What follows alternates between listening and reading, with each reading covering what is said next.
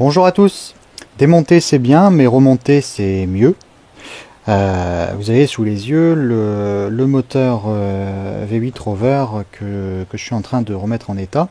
Donc je fais suite à deux vidéos qui ont été postées il y a de cela quelques semaines, qui s'intitulaient respectivement comment analyser l'usure du haut et du bas moteur sur ce même moteur. Bon, alors il va de soi que c'était surtout des vidéos pour faire le tour très rapidement au démontage de l'état des moteurs, et des vidéos surtout pour essayer de vulgariser un petit peu les entrailles du moteur, montrer à ceux qui ne connaissent pas du tout à quoi ressemble l'intérieur du V8. Donc il va de soi que pour remettre en état un moteur, il y a énormément de temps à passer, beaucoup de mesures à prendre, beaucoup de remise en état, de nettoyage, et ça ne se fait pas comme ça. Moi personnellement, j'en suis à peu près à 40 heures passé sur ce bloc là qui est quasiment terminé, puisqu'il ne reste plus qu'à assembler les différents éléments. Mais vous voyez, bon, ça va pas toujours comme on veut, donc on passe énormément de temps. Et il y a pas mal d'outils, de mesures qui sont utilisées, donc je me vois mal vous faire des vidéos de 40 heures pour vous montrer la remise en état. Alors bon, donc là pour l'instant la culasse ici a été montée. J'attends pour monter la culasse côté conducteur, pour en profiter pour vous montrer comment caler la distribution sur ce même moteur. Voilà, alors avant tout, je vais vous montrer, bon, par exemple, ici des pièces qui ont été remises en état. Donc vous voyez pourquoi on passe pas mal de temps. Là on arrive à un résultat que je trouve bon, superbe, hein, franchement, pour ce collecteur. Il y a eu pas mal de polissage aussi sur des cache-culbus, des remises en état des culasses, les conduits qui ont été entièrement nettoyés. La petite modif aussi, bon, vous avez éventuellement certains ranges qui sont montés avec des culasses où vous avez normalement des petits ajouts d'air qui se font ici par le côté. Vous avez toute une rampe qui est reliée au filtre à air et qui vient se brancher sur le filtre à air.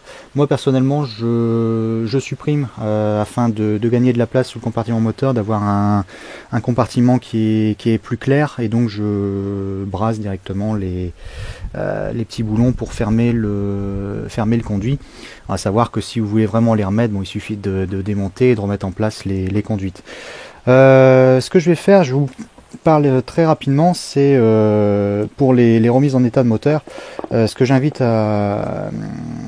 vous invite à faire, c'est de vous procurer un manuel d'atelier le plus complet possible. Alors moi j'aime bien celui-ci parce que bon, il traite du range, vous voyez, jusqu'en 92, donc il y a vraiment les tout premiers moteurs à basse compression, et on retrouve après dans les dernières parties le supplément sur les modèles plus récents, donc toutes les modifs qui ont été faites au cours des années. Et donc pour le coup celui-ci il est très exhaustif, vous retrouvez vraiment tout dedans, et ça peut vous accompagner vraiment pas à pas pour la remise en état d'un moteur. Donc ça, si vous pouvez vous en procurer un. Bon, celui-ci malheureusement il est en anglais. Bon, moi je parle anglais couramment, donc c'est pas un problème, mais vous pouvez également vous procurer le manuel d'atelier qui lui est en français. Mais bon, vous allez retrouver notamment tout ce qui est couple de serrage dedans, des vues éclatées, les ordres de serrage par exemple pour les vis de culasse, et ça permet vraiment de vous aider pas à pas dans la remise en état de votre moteur. Donc ça, vraiment, bien se documenter quand vous commencez à faire de la mécanique, vous commencez à ouvrir des moteurs, c'est une chose importante.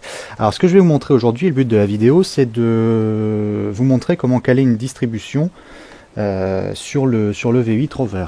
Voilà, donc ça c'est une chose qui est très simple à faire. Donc à savoir que pour l'instant, bon, j'ai pas mis en place la culasse justement parce qu'il faut amener le piston numéro 1, qui est celui-ci, côté conducteur, au point Moreau.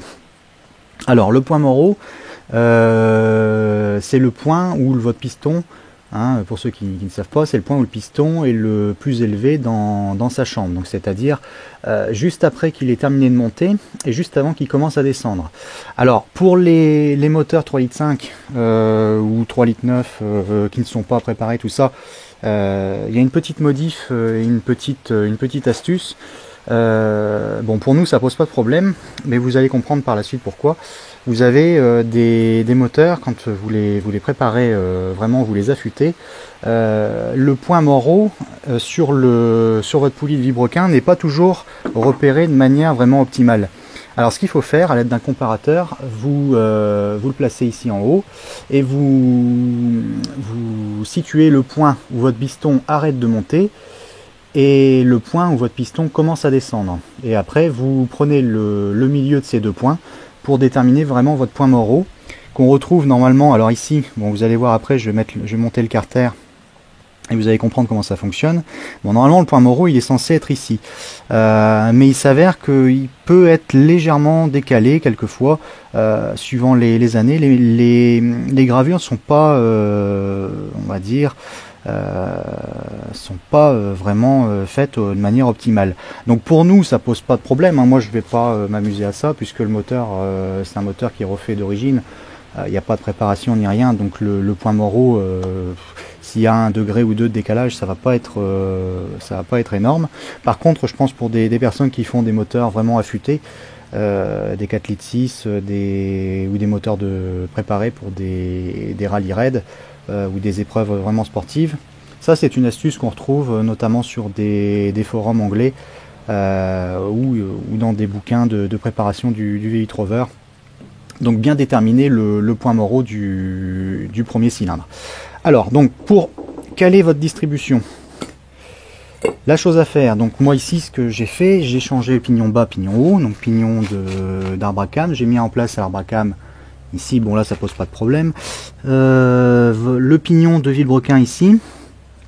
Donc ce qu'il faut faire, vous avez une petite marque qui est faite là, juste en face d'une dent. Et il faut amener donc votre piston ici au point Morreau, hein, votre vilebrequin. Vous pouvez repérer par rapport à la petite clavette qui est ici. Donc voilà, vous devez avoir cette configuration là. Vous glissez l'ensemble et vous essayez d'amener votre chaîne en place sur les pignons et vous faire coïncider les repères. Donc vous avez ce repère qui est ici sur le vilebrequin, et sur la poulie d'arbre à cam vous avez le repère qui est là en face des dents, et vous faites coïncider les deux dents parfaitement.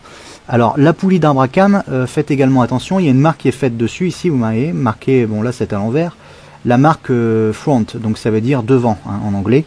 Donc ça, il faut que la marque elle soit vers vous. Et ici, bon là on ne le voit pas tout de suite, mais au niveau de la clavette de votre arbre à cam, assurez-vous qu'elle est bien positionnée droite, et qu'il y a toujours un petit jour, une petite lumière qui passe, parce que vous avez du graissage qui se fait, du graissage d'huile. Donc c'est important de laisser un petit passage pour venir graisser ici ces pignons ici, votre distribution, puisque vous avez également votre allumeur qui est entraîné directement par ce petit pignon. D'ailleurs je vous montrerai encore d'autres astuces, notamment pour le réamorçage du circuit d'huile, tout ça, donc il y aura d'autres vidéos. Bon, pour en revenir à la distribution, donc vous essayez de faire coïncider tout ça, vous serrez modérément votre boulon qui va sceller votre distribution. Bon, après il se serre, normalement je crois que c'est à 6 kg, hein, donc vous le serrez à la clé dynamométrique à 6 kg. Bon, moi je l'ai serré parce que ma distribution elle est bonne, et je vais vous montrer comment on procède. Donc vous faites ceci, vous calez tout, et après vous allez avoir besoin de votre carter de distribution. Ici, bon là il a été un petit peu nettoyé, et donc je vais le mettre en place, et on se revoit tout de suite.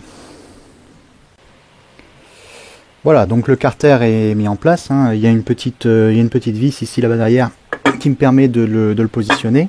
Bon, je vais pas le serrer plus pour l'instant, parce qu'il s'agit juste de vous montrer comment on fait. Votre poulie de vilebrequin nettoyée, donc à faire, on la met en place. Alors voilà, et vous allez voir, il faut amener la poulie dans la gorge. Voilà, là elle est en place, et donc vous vous rendez bien compte ici quand on est au dessus que la petite patte est pile, voilà, un tout petit peu décalée, elle doit arriver pile en face de votre point Morreau qui est repéré ici. Alors ce qu'il faut faire après, vous mettez en place le petit boulon ici sur le devant, et on va tourner on va faire des tours au moteur. On va tourner 2 fois faire 2 tours au niveau du vilebrequin afin de faire un tour complet au niveau de l'arbre à cames. Et on va vérifier que nos repères sont toujours alignés après la manœuvre. Voilà, alors j'ai monté une douille afin de pouvoir tourner le moteur. Alors, très rapidement, vous avez également des repères qui sont faits sur votre poulie, que vous voyez ici. Donc votre moteur, il va tourner dans le sens des aiguilles d'une montre, puisque vous avez le repère ici marqué before, qui veut dire avant en anglais, et after qui signifie après. Donc on va tourner le moteur, 2 tours. Donc c'est parti. D'une main c'est pas évident. Voilà, donc on voit bien les pistons qui travaillent. Ah, ça frotte un peu parce que le carter est pas mis en place. On y va. Donc là, on a fait un tour. Voilà. On en fait un deuxième. Et on amène le repère qui va vous servir, ce petit repère, pour le calage dynamique également quand vous faites à la lampe stroboscopique après. Une fois que le moteur est remis dans le véhicule et qu'on fait les réglages. Voilà. On arrive en face du point Moreau. Un tout petit peu. Ah, j'ai dépassé. Je vais me mettre bien en face parce que voilà. Et donc vous voyez votre piston numéro 1, il est bien revenu à son point Moreau. Donc je vais démonter et on va vérifier que tout est bien aligné. Voilà, donc ça y est, j'ai démonté la poulie de vilebrequin. On défait la petite vis qui tenait le carter. Ça y est, on retire. Et donc, je vais bien me mettre en face au niveau du point Moreau, parce que là, vous voyez, je suis complètement décalé. J'ai démonté la poulie à la bouger. Donc, on s'amène bien en face. Voilà, là, j'y suis. Voilà, on retire. On démonte.